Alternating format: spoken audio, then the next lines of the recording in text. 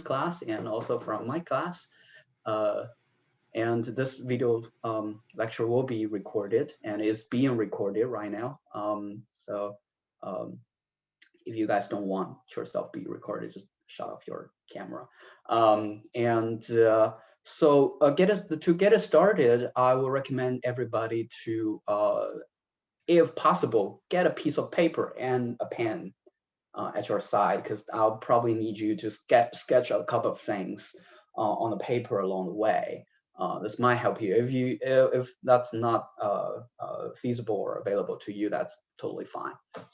But having that in by your hand is going to help you. Right, let's get it started.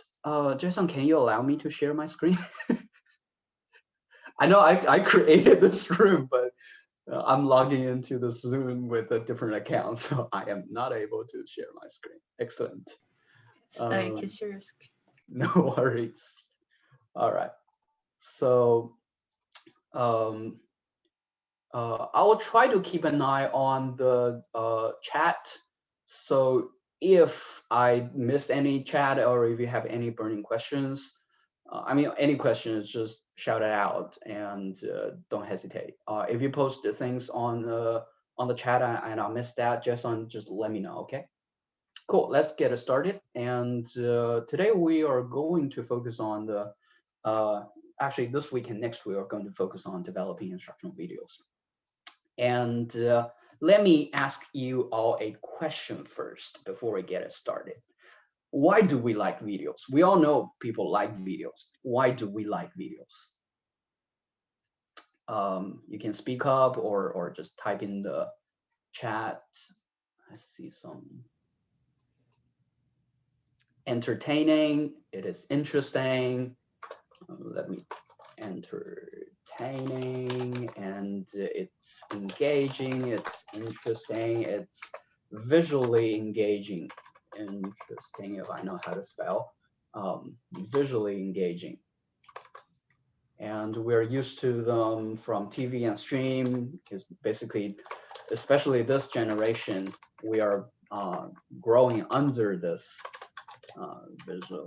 this TV culture, right? And can explain more complicated actions or moves. I'm good at explaining moves and actions, connecting multiple components, written and visual. Yes, and actions. Hi, Dr. Liu. Yes. It's Mary. I was just going to say you can really get to exactly what you need fast. I think that's why I love them. Yeah. Yes. And if there's anything else, I will add one more thing is when you're reading a text, you need to sit down there and really spend a lot of cognitive resources to digest, while watching a video, you can just lie on your couch and kind of enjoy it. It's a really intuitive way of digesting information. Right. So boil all these down, we notice that video is really good at motivating people, right? We all a lot of people love video, and video is particularly good at arousing people's emotions. Have someone to feel, oh, this is interesting, oh, this is engaging, and these flashlights on and different colors and shapes moving on at the same time on the screen captures people's attention much better than the text and the visual infographics that we have created a couple weeks ago. So this is actually a central question I'd like you guys to think to yourself before moving on, because you need to understand why video and how video is different from other forms of media. Instead of just saying, oh, I'm going to create a video. We're going to talk a little bit more about it a little bit later. Exactly, Cal mentioned that video is really good at adding the context and eliciting emotions. So we have talked about emotional design last week a lot. And why people use this idea of call this idea of emotional design. Why emotional? Because emotion, we notice that emotion is a really important aspect in learning and actually also everything else. And video is particularly good at it. So answer this question to yourself is going to really help you to decide what topic you are going to work on. Okay, so moving on, here is just the basic outline of today. And I want to start off talk about the general sense of what is a story. And so basically, a video is a story. So today we're probably going to use these two words quite interchangeably. And then I'm going to talk a little bit more about the audiences and emotion, and then some instructional theories from objectives, events, alignments, etc. And then focus more on the storyboarding, which is really the meat of today. And finally, hopefully, I can give you guys some inspirations and on creativity. If we have any time for question and answers, that will be fantastic. Hopefully, I don't run out my time. All right. So when we're viewing watching a video, it's typically a story.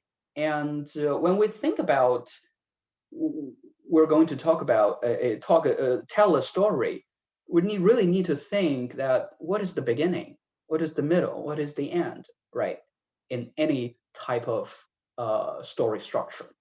And a central question to ask first is why the story is important, right? Think about all the stories that we have heard from a childhood, or the stories that we tell our children, right? All these engaging stories do a very good job in explaining why this is important. Why does it matter, right? All those stories can attract children's attention within the first 5 minutes, or just with a couple of sentences. Sometimes it starts with in a country that is far away, it's a long time ago, and there lives a prince, or there's a castle, or there's a dragon, and talking about something really far away or something novel naturally arouses people's curiosity. And that's one way of arousing people's curiosity or setting up this why this is important. Right, and when we break a story down, it's usually a good story is usually quite concise. We also have some really long stories, but that's kind of out of our scope. So especially for our assignments, when we're going to create an instructional video, I would like you guys to keep it concise. 3 to 5 main ideas is enough. Don't get too crazy. And here's another really important thing is try to relate all the points with a therefore or but then. Think about a story, right? A story flows with these progressive logic instead of just and. Say a warrior did this and he did that and he did that, right? If we read some old stories about those warriors, they usually try to develop, even if it's trying to describe the multiple adventures of a warrior or a great hero, they try to build this therefore but then logic with between these stories, instead of just saying the great hero did adventure A, the great hero did adventure B, a great hero did adventure C. That is definitely not as intriguing as a therefore or but then logic. So this is really important. We definitely do not want our instructional video or any storytelling to be a laundry list, which is basically connected by a lot of ends. And one more thing is really important here is only you can tell it. This has hopefully you guys, I don't know, have you guys tried to tell a story to a child? And a lot of times a good storyteller develop a sense of he is revealing the whole story, and the storytelling feeling is really important in planning this entire story. So try to work this out internally is really going to help you to think about how I am going to explain this to the general audience. Even if we are not going to tell a very exciting story in our instructional videos, I mean, it can be, but it's probably not going to happen for our assignment 3. But try to develop this passion and the feeling of ownership to your story is really going to help you to move on. So that's a big picture of being a story. Then let's focus more on the emotion side, right? So when we were saying that a video can really, like Kyle said, video can really add to the context and elicit the emotions. It's really about our audience. Last week in our discussion, and hopefully you guys watched my overview video at the beginning of the this week, I explained how these emotions and these especially emotional meanings are embedded in our social context.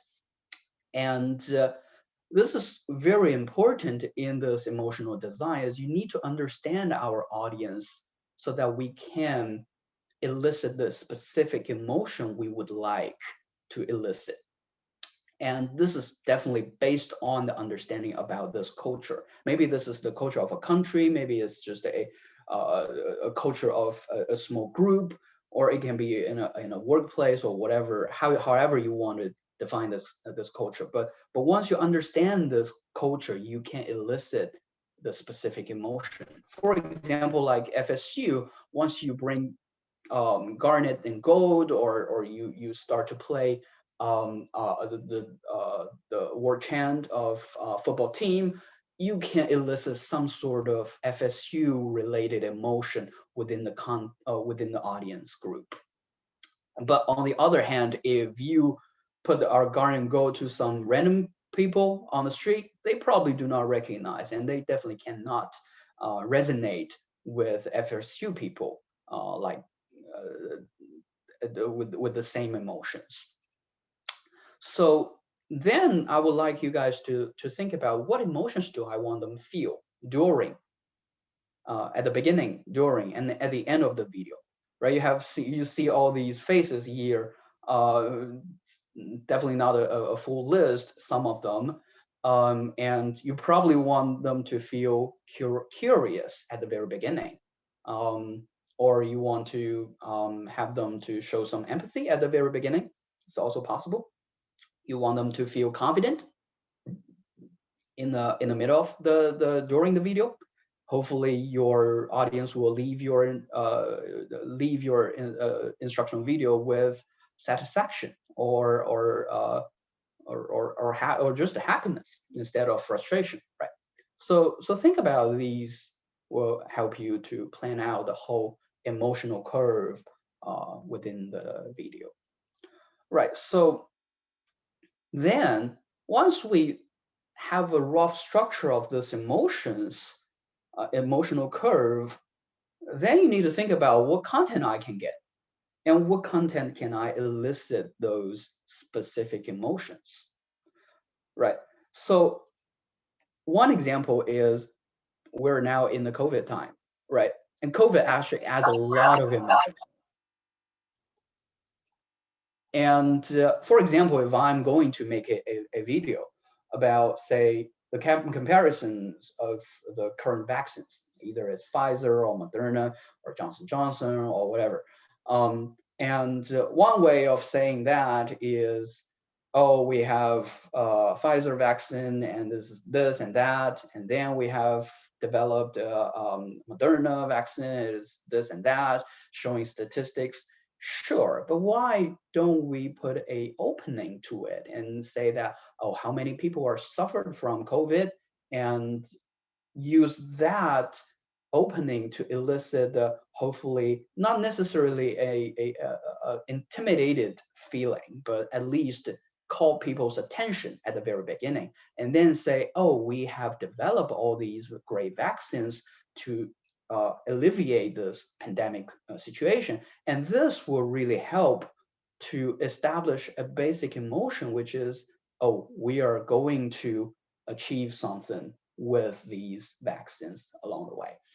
right? And then showing the vaccines, I mean the comparison statistics, and then hopefully wrap it up with some encouragement can really help people to understand the differences between these vaccines, and B, hopefully encourage them to take vaccines, or at least don't hold a negative view on these vaccines, right? So this is definitely very different from an infographic, because honestly, if I want to make a comparison to the vaccines, I will say an infographics is much better than a instructional video, because I really don't think anyone would have time to sit there and watch a 6-minute comparison video on the statistics. Most people are not really interested in that unless you're prepared to get vaccines, to get vaccinated.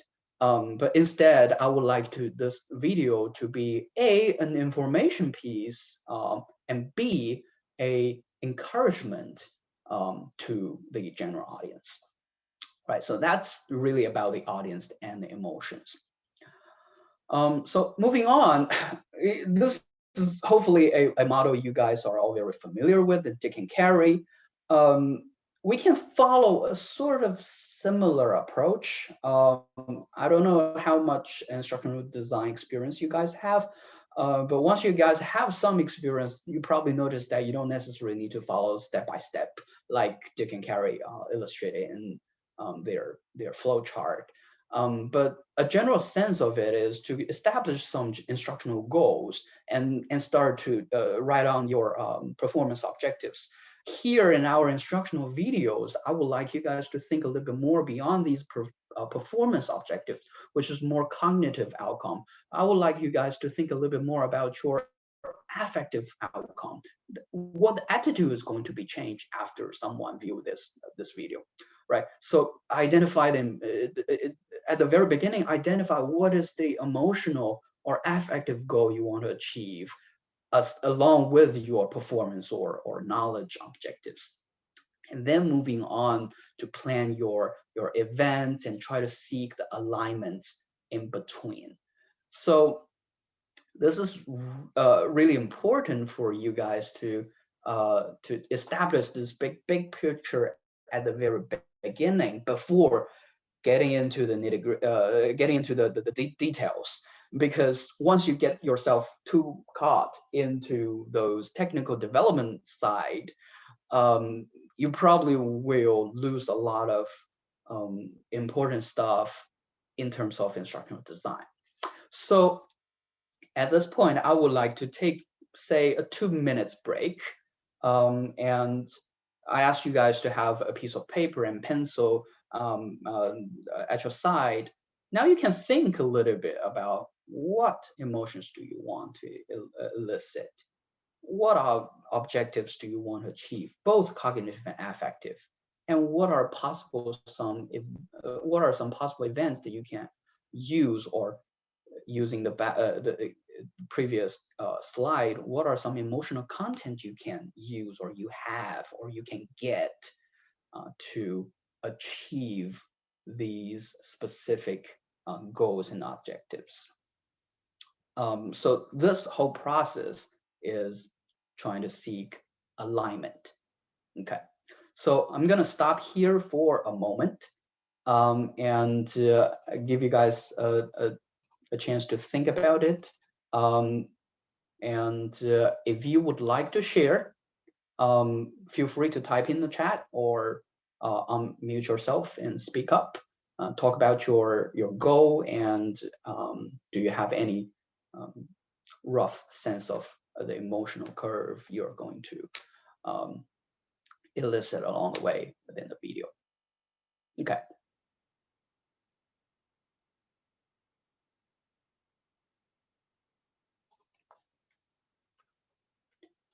Let me stop sharing.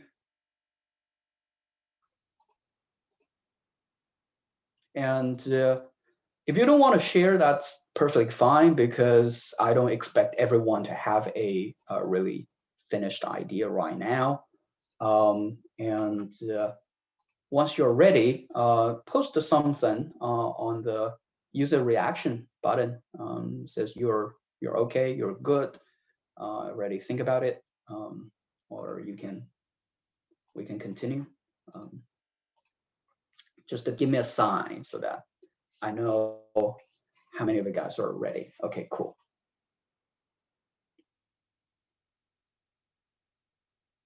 Okay.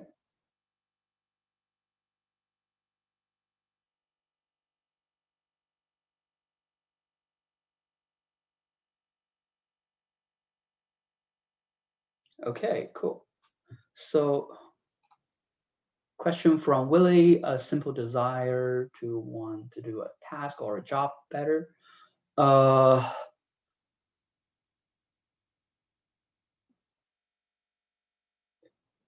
Do you mean the desire to do a job better is a good motivation?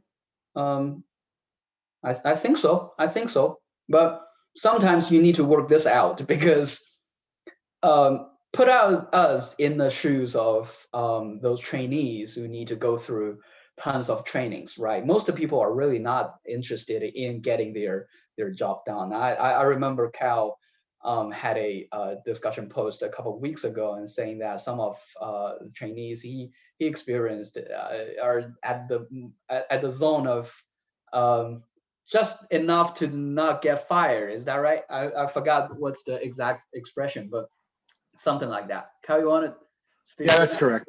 Yeah, yes. it was just, yeah, I was put in charge of a group of individuals, about 30. And at that point, the morale was at that level where it was like, they're just going to do enough just to not get fired. So, so that becomes really important, and that's the beginning part of how do we want to work with this motivation. So if that's the general effective baseline of everybody, then we probably cannot really elicit a very strong desire to get a job done better, right? So we probably need to think of some other motivators to help them to make sense why this is important. I think the emotion I want to seek is excitement, and I want to avoid emotional overwhelm, definitely. And this is really important at the very beginning, right? So we want to set up a excitement for them. I'll say this is pretty cool. Novelty is really important sometimes, really, really useful. I said, oh, this is something I haven't seen. Or you raise a question and says, hey, we can probably solve this question with some sort of solutions. And through this way, you can elicit the emotion of excitement. And then letting the audience know that, don't worry, we have a solution. We're going to walk you guys through the whole process, so don't feel overwhelmed, is a very good thing to put at the very beginning of the video.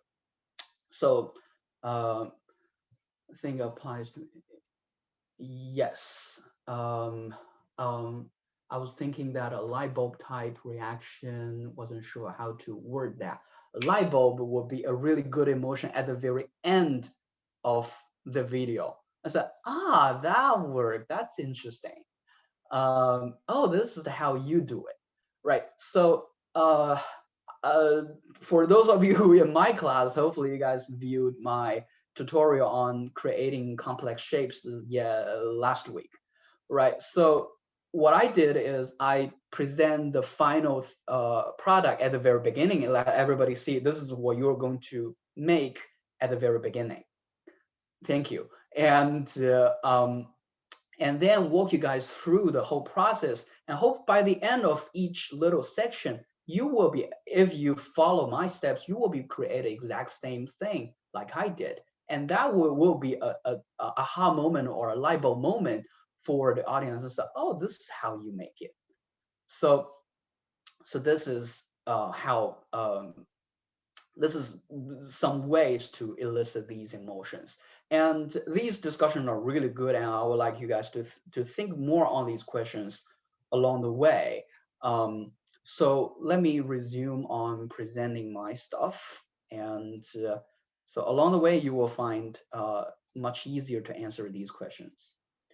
All right. So when we are saying that, how to plan the entire emotional curve, this is a very, very classic structure.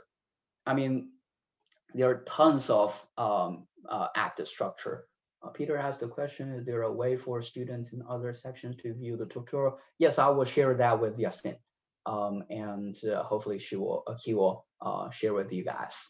Okay, so there are tons of active structures, and it is not possible to cover them all today, but this is probably the most classic one. I had a little bit of struggle of what example I should use, and I end up with Lion King because hopefully everybody are pretty familiar with at least the rough structure. Right, so act one is usually get people interested, provoke, and raise some questions, something unexpected, create a sense of mystery, right? So when we are viewing watching the Lion King, right, the tension between Scar and Mufasa is a really good starter. And it started the sense of mystery, and Mufasa basically died, and little Simba had to go somewhere else. It raises the question how little Simba is going to survive on his own. So it's really interesting, right? Although, I mean, if you view this entire story holistically or from adult view, this is actually a very dumb story or a cliche. But when it is doing it right, it really provokes your curiosity. I was like, oh, that's interesting. And then the meat of the story, and basically it's how Simba survived in the wild, and how he grows from a little lion to a adult lion, and then basically answer the question we raised in Act One. And finally, emotional climax and resolution, right? A lot of things need to come to a resolution, right? You can't expect, I mean, if you have watched enough videos, you definitely can't expect that there's going to be, there is going to be a fight between Simba and Scar. And Simba is going to win, with no doubt.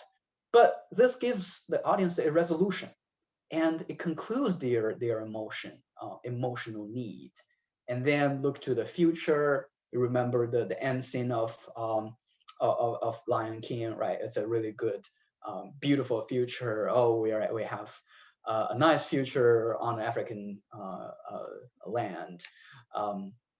And in an instructional video case, it usually can be a summary or a little bit hint to the future, right? So although this is a really cliche, but this active structure really works. And I would encourage you guys to take one example of your favorite either show or movie or a book,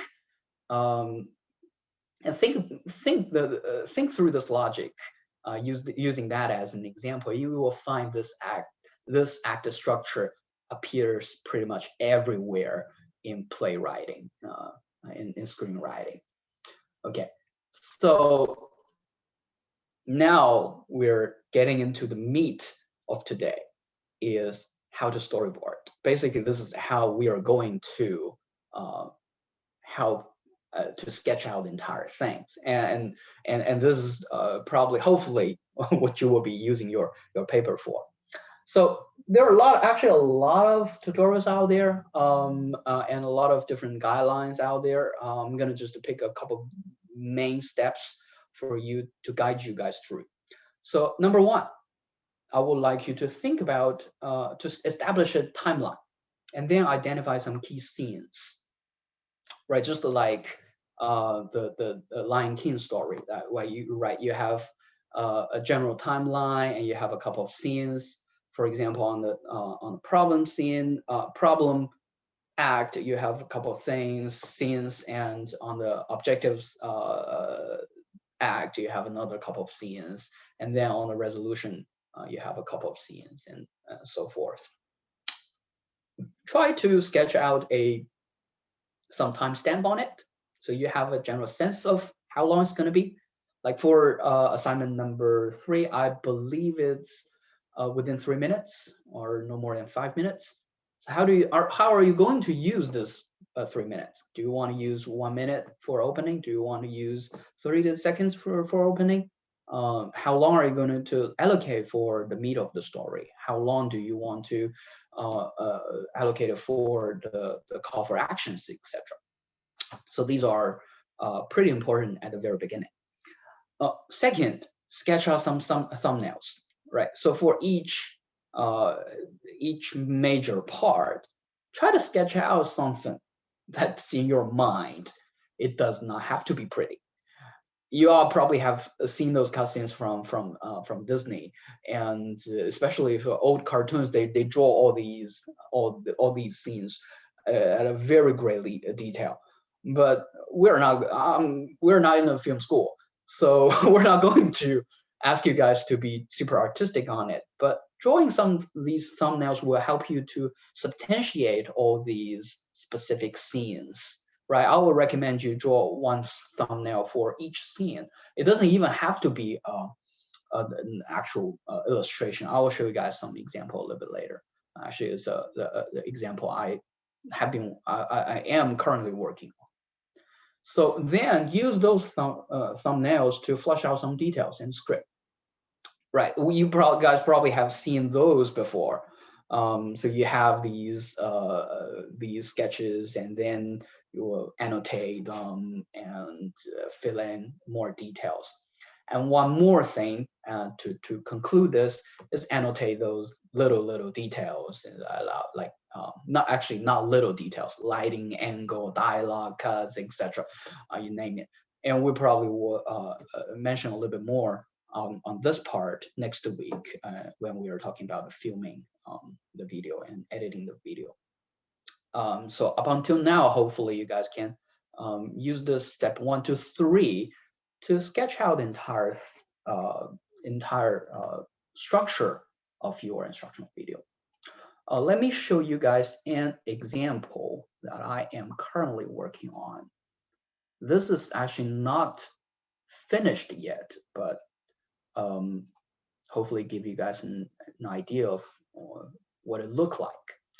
Right, I am working as a postdoctoral fellow at the University of Massachusetts, Dartmouth. And on our team, we're working with K-12 teachers, mostly as K-5 teachers, on their computational thinking. We are going to submit a video to a STEM education showcase at an NSF annual conference. And basically, I create some storyboards for this video. This is also a very short video, only 3 minutes. So I have a couple of scenes. I have scene 1, which is basically the intro of a problem. And scene 2 is basically the approach that we are going to do, how we are going to address this problem. And scene 3 is more about our partnership, who's going to work with us. And here I plan to interview one of our collaborators at the elementary school and having them to endorse us as we did a really good job. We leave a really good impact on the community, etc. Basically, it's an emotional resolution. And then a little bit more on the impact that we did, and wrap it up. So at the beginning, I really focus on what is CT, what is computational thinking, and what is the problem now currently in the elementary levels in terms of computational thinking, and et cetera, et cetera. It basically starts with the whole problem and then drill this down. Right, you can see the sketches I created, very simple. Some of them, I draw this on a piece of paper.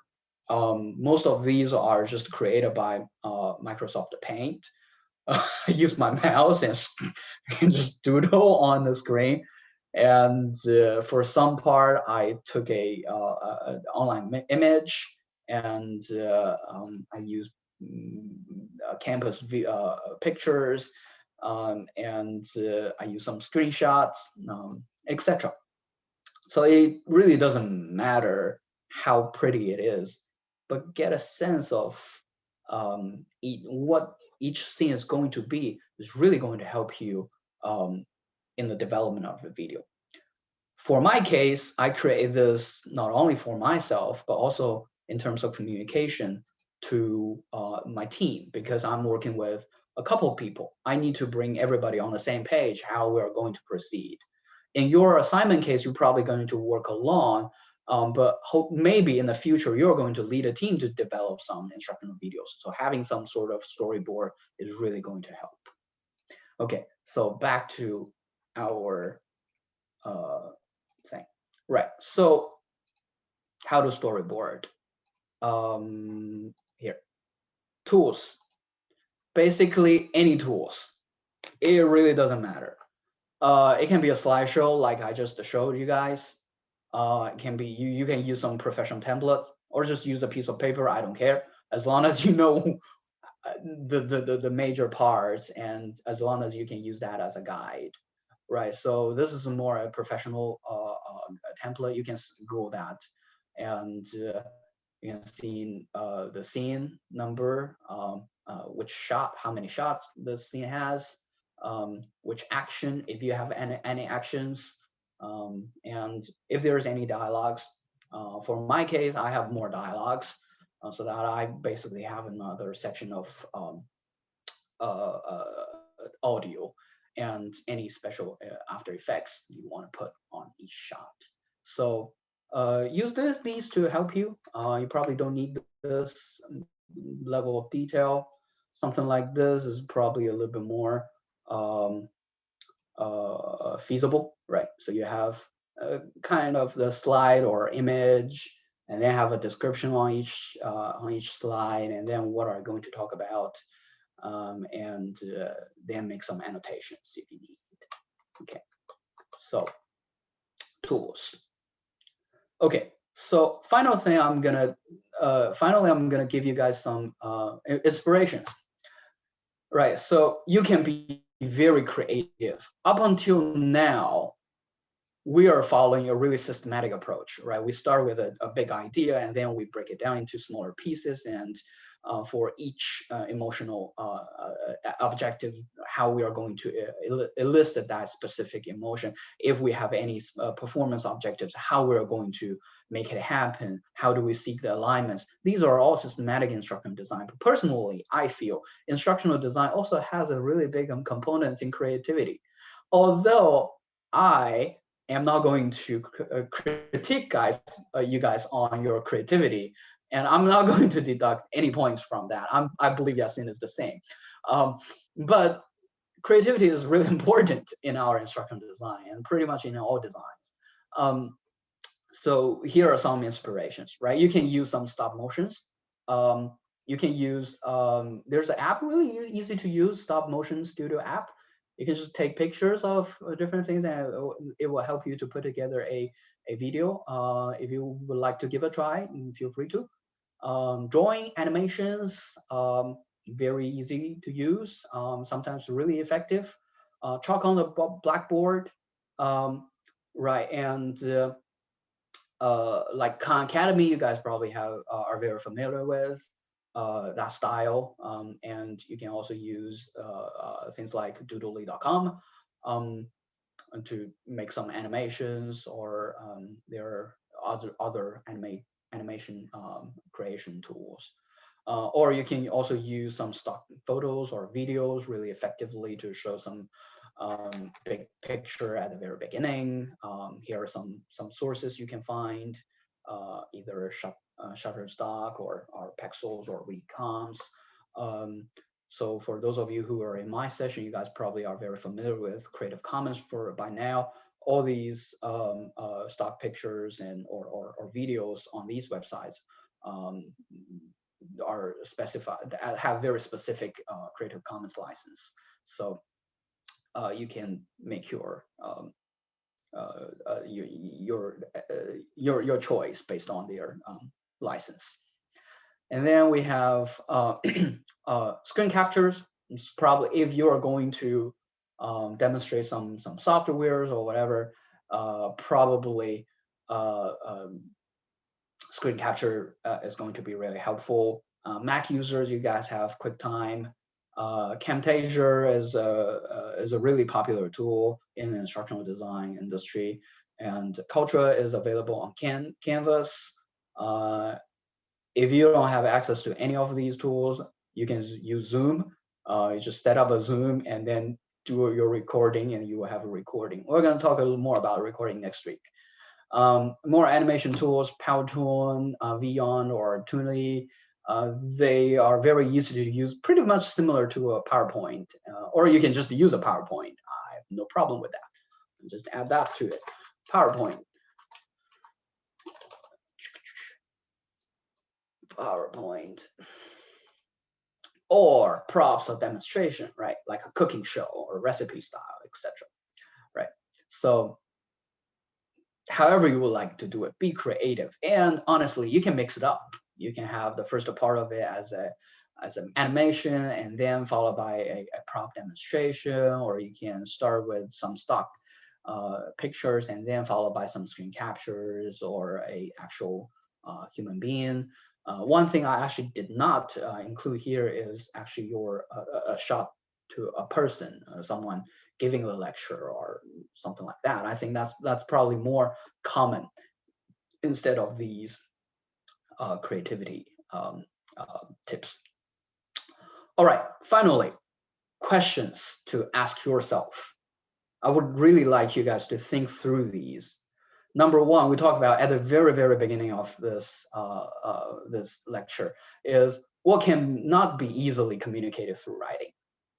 This is basically why you need this instructional video. If you cannot answer this question, I would really encourage you to switch to a different different topic, because that's going to be really hard for you to come up with the entire storyboard. Okay, second, emotional curve. What emotions do you want to elicit through the entire video? Right. Third, this is actually my personal favorite question. If there are similar video I can model, don't hesitate to model any good videos out there. Couple of years ago, actually about 10 to 15 years ago, I had some. I've gone through some more professional video production training, and while I was doing those trainings, my instructors told me that probably the best way to grow in your video editing, shooting, filming, directing, etc. Skills is through modeling.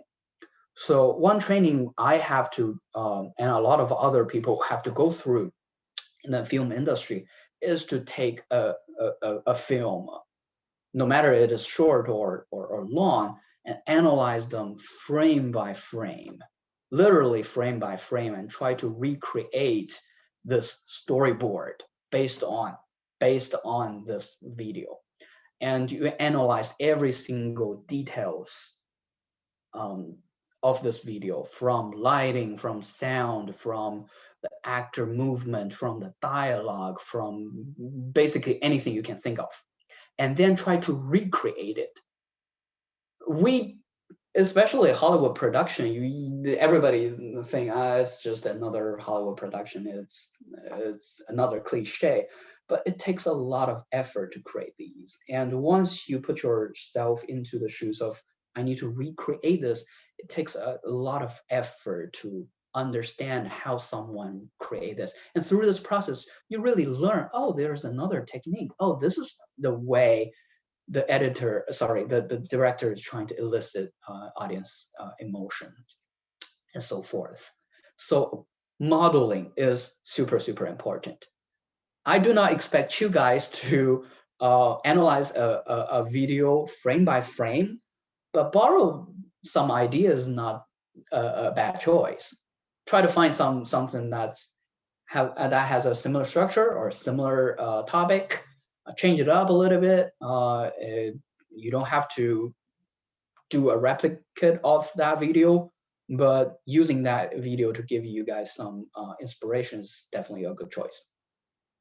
And then think about what format do you want it in, right? So do you want just a headshot, or do you want to do some stop motion, or do you want it in animation, or can you do some tabletop demonstration, etc.? Right. Final question. So after all, we are not video designers or directors, right? We are learning designers. So I would really like you guys to think, recall all these theories we have learned either from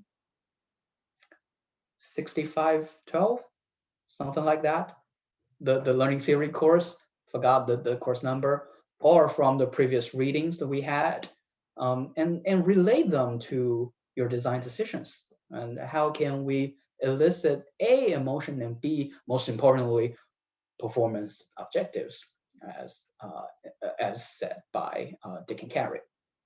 So try to work that out and try to work that into your video is going to be a plus.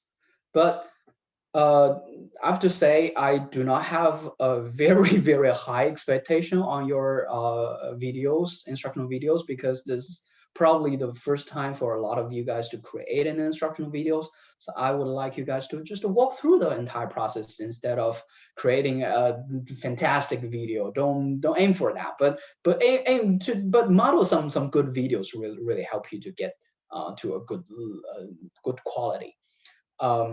Again, I would like you encourage you guys really think through these questions to plan your instructional videos carefully. All right, and I reached to my end. And do we have any questions from the audience?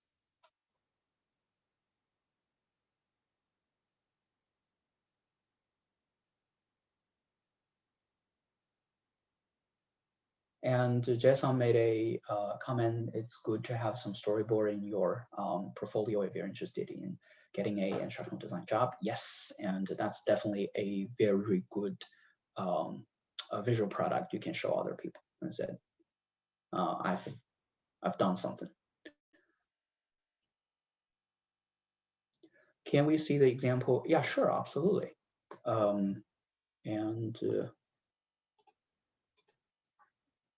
So the choice of the typography here, the font here, is just my personal preference.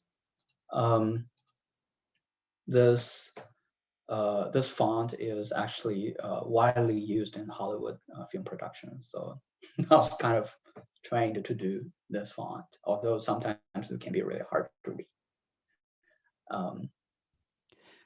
So was the format of the scene, the shot, the description, the audio transition and note, was that with the group that you're working with, or is that a format that you like to use? That's more for the purpose of my film production, because I do not need to take any shots, or at least except from one scene.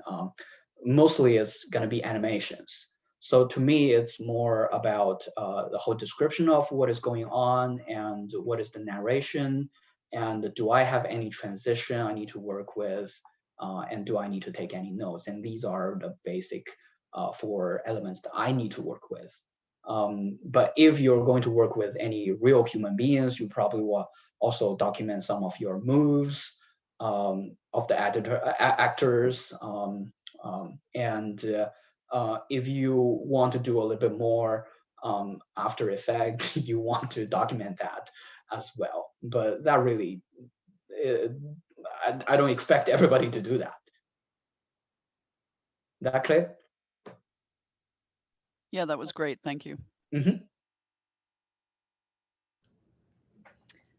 Hi, Dr. Liu. I just had a comment about the use of the visuals. I think this is really cool that you do it, and it looks a little bit rudimentary, but I think what I have run into in the past is people get very focused on what it looks like when you really want them to focus on the content itself. I've done a little bit of storyboarding, and they go right to that. I mean, I think naturally so. So I try to avoid spending a lot of time on that in a very early version or prototype, because that's what people get latched onto before. Definitely. This is actually a very, very good comment. And I show you guys this example on purpose, because for most of the instructional designers, our storyboard is going to be very rudimentary, and there's really absolutely no reason to get a very high professional level of storyboarding, because that's not what we're aiming for. What we are aiming for is really not the beautiful production, because we have professionals to do that, hopefully, on our team. But we want to get the nitty-gritties out first. So this storyboard is, from a film production perspective, the storyboard helps to orchestrate the whole team, the lighting group, the sounding group, the actors, and everybody on the film site. But this instructional video storyboarding is more for us, for whoever is in charge of putting together this video. And to reach that higher level is not necessary.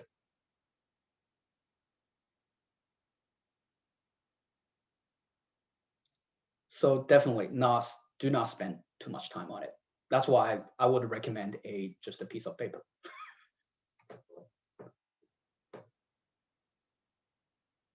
Yep. All right. So I guess we can close this session. And if nothing else, I'll probably see you guys next week at the same time. And next we're going to focus a little bit more on the technical side of film editing. I'll stop recording.